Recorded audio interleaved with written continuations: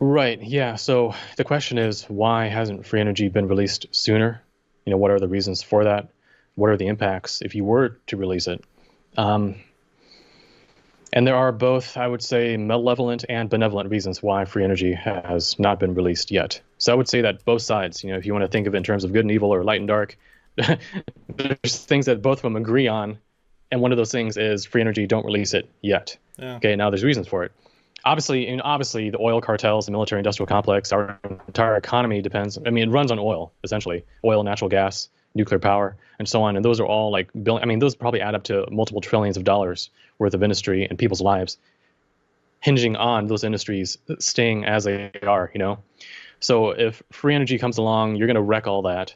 You're going to make the price of oil crash, and there are currencies that are essentially linked to oil. There's just so many different things that are tied into it that the second and third order effects of releasing it would have devastating effects on not only the economy but also geopolitics, on society, and everything that spirals out of that. So, of course, there are vested interests that want to preserve their own profit, their own exploitation of our lives. I mean, the reason why rent is so high, why food is so high, why you have to pay for gas and so on is because free energy is being suppressed.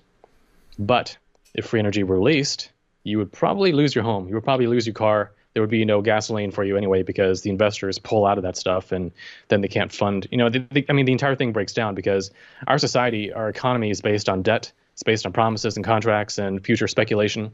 And that is the stuff that goes poof when something new comes along that totally wrecks the fundamental assumptions about how things work. You know what I mean? So there's a massive destabilization that happens that not only does it affect the bad guys, so to speak, the corporate fat cats who get rich off of us, but it also affects all of us that depend on the system for our livelihood and for getting the food delivered on time and to keep the lights on.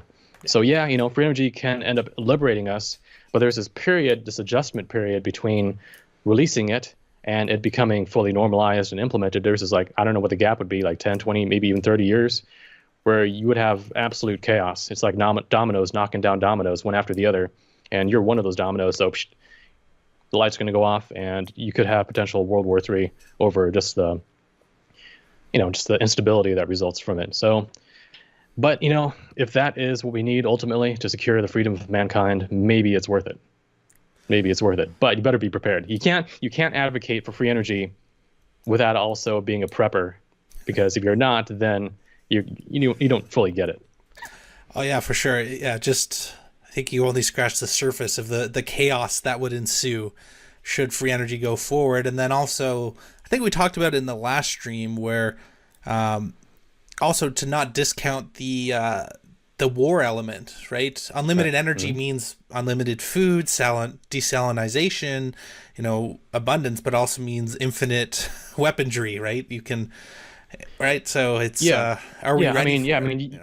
Yeah, exactly. I mean, you could have, for example, drones that fly 24/7. They never run out of energy, and they have energy weapons on them, like let's say giant laser beams or something, and they don't require much energy to build. Maybe they could even be self-replicating. So you could quickly enter a Terminator or Matrix scenario where you have basically self-replicating machines that run on free energy that keep things on total lockdown, and there's really nothing you can do. You know what I mean? So in order to really have free energy, you would, as much as I hate to say it, you would have to have a global governing body to regulate it, to ensure that that no single dictator here or there or some terrorist here or there could use it to basically blow up the planet or take over the planet or something like that.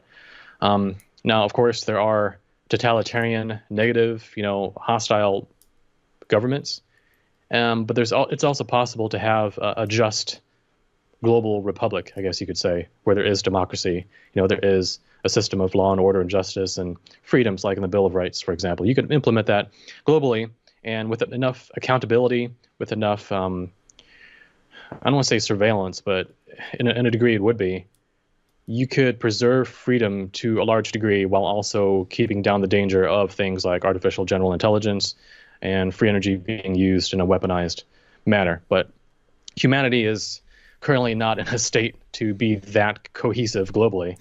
So I don't think that's going to happen for quite a while. And therefore, if free energy does get out, it'll probably be catastrophic. So it'll rip apart civilization as we know it.